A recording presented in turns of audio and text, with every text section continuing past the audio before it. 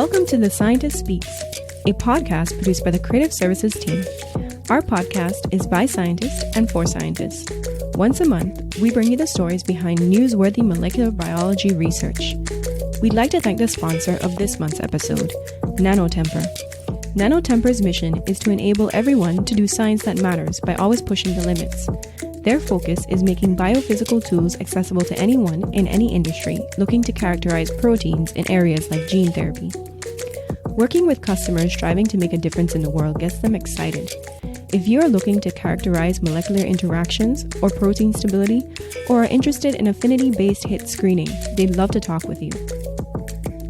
For a long time, scientists have searched for cures for genetic diseases. As stem cell and gene therapies prove to be viable therapeutic options, researchers turned to prenatal applications to see if they could develop ways to bring fetuses with life-threatening conditions to term. Niki Spahich from the Scientist Creative Services team spoke with Amy OConnell, a neonatologist at Boston Children's Hospital, and Tippy MacKenzie, a professor of surgery at the University of San Francisco Medical School, to learn more.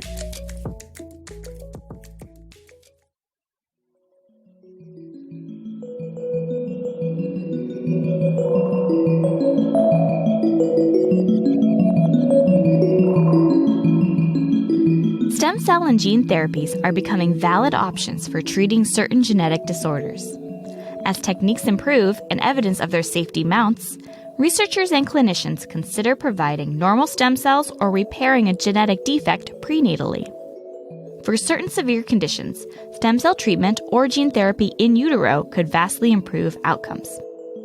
Amy OConnell has a clinical and research interest in rare genetic disorders that receive little time and resources for finding treatments. She believes that treating these life-threatening conditions in utero before severe symptoms manifest offers advantages that are not available postnatally. A lot of the problems with postnatal therapy have to do with rejection of the product that you're giving, whether it's a gene therapy vector or a stem cell, in such a way that the recipient or the patient actually will clear the product that you're trying to give them because the immune system response is so robust. It says, this is a foreign cell or this is a foreign protein that we're not used to, and then clears it.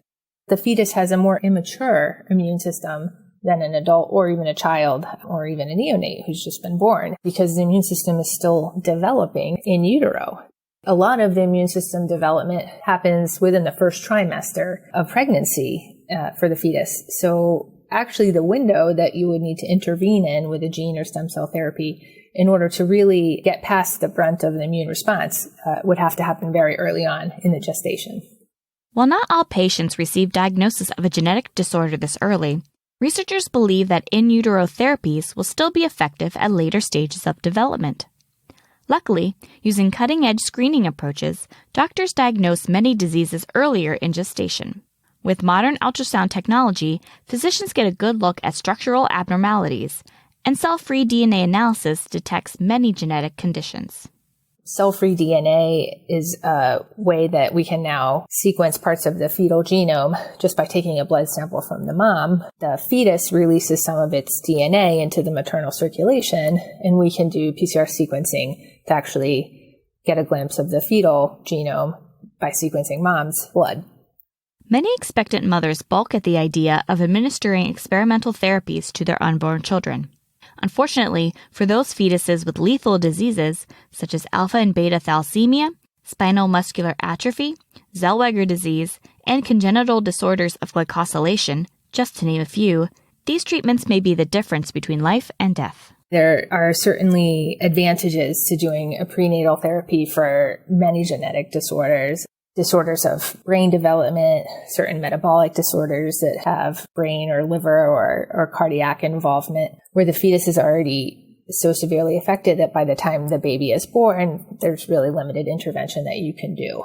If we had the ability to intervene with those disorders earlier on in development, before they could progressively affect organ development, it could really be completely life-changing for those fetuses.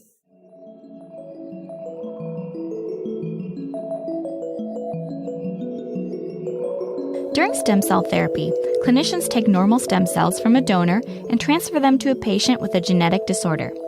Since the 1990s, scientists have performed occasional in utero stem cell transplants, delivering the cells through a catheter into the umbilical vein.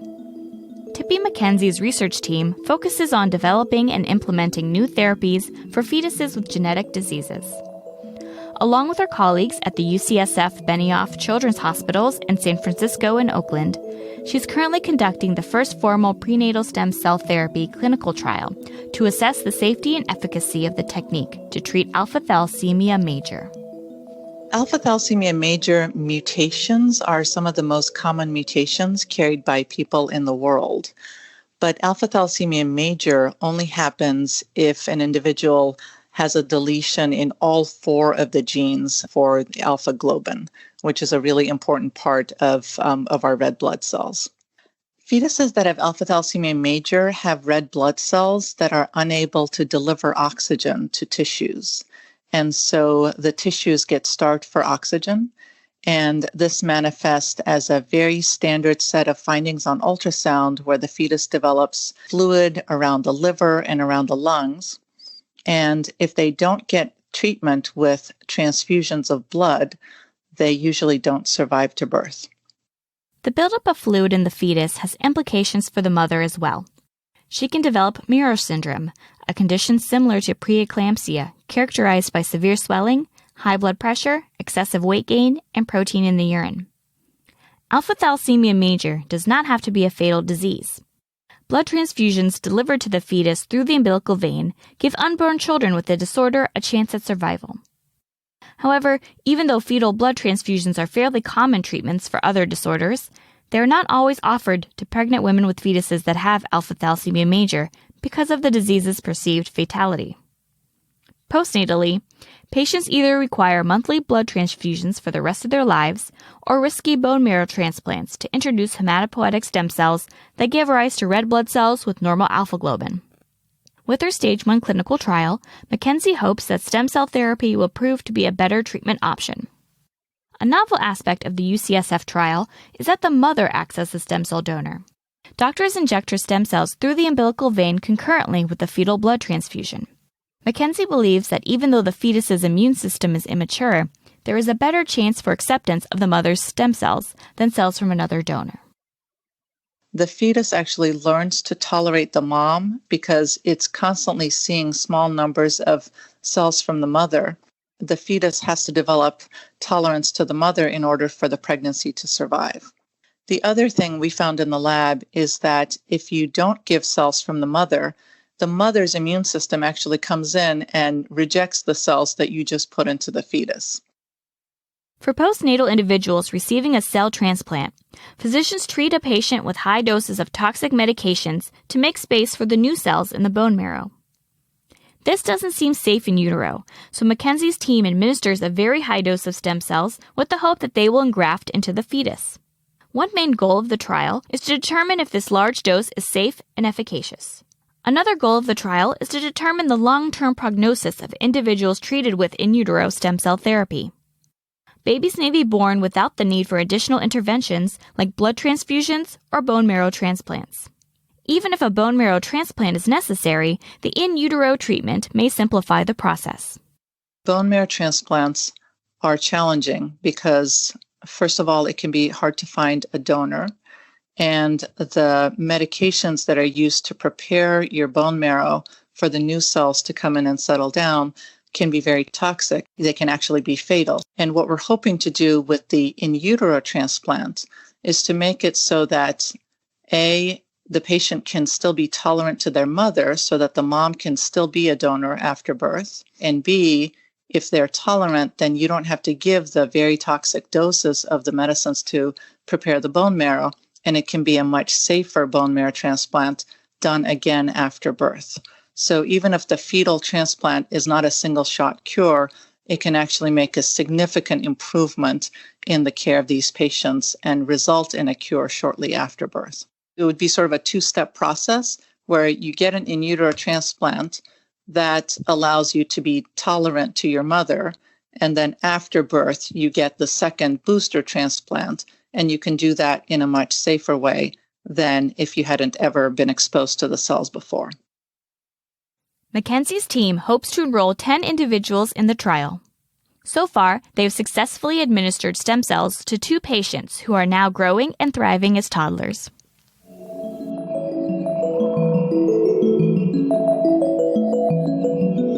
Fetal disease researchers like MacKenzie also explore gene therapy as a way to cure rare genetic diseases in utero. Postnatally, scientists can correct a defective gene either by delivering a corrected copy to the patient via a viral vector or by correcting a patient's own stem cells in the lab. According to OConnell, recent technical advances help researchers perfect the technique.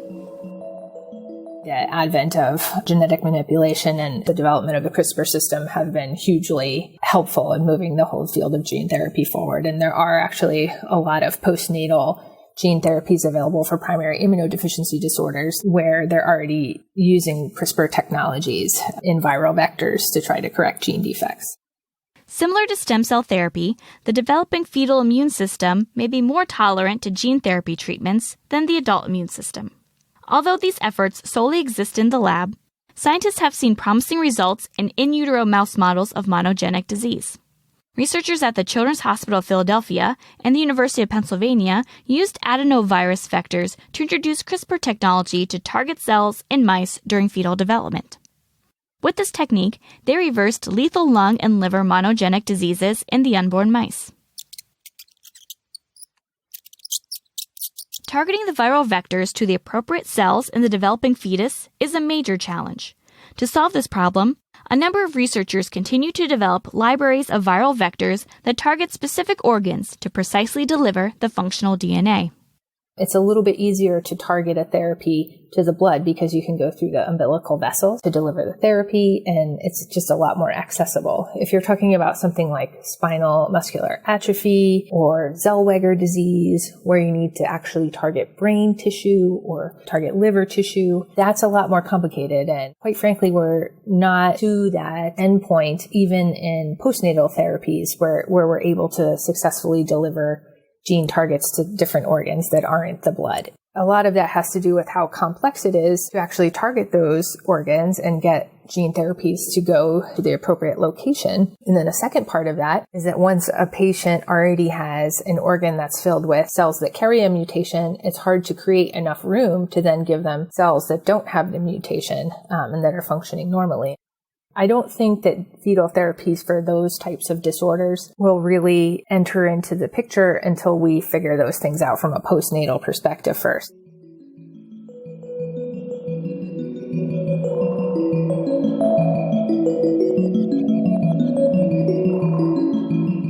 Stem cell and gene therapies are slowly becoming viable postnatal and prenatal cures for genetic diseases. Scientists engaging in this research carefully consider the risks and ethical implications of altering a person's DNA in utero. Clinical trials like the UCSF Alpha Thalassemia Major Study are an important first step in answering questions about the safety and efficacy of these experimental treatments. While there are risks, the rewards for unborn children with devastating diseases are priceless.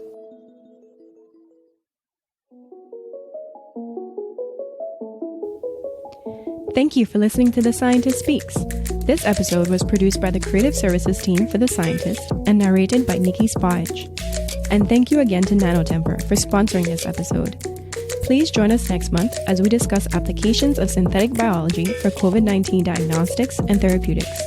To keep up to date with this podcast, follow The Scientist on Facebook and Twitter and subscribe wherever you get your podcasts.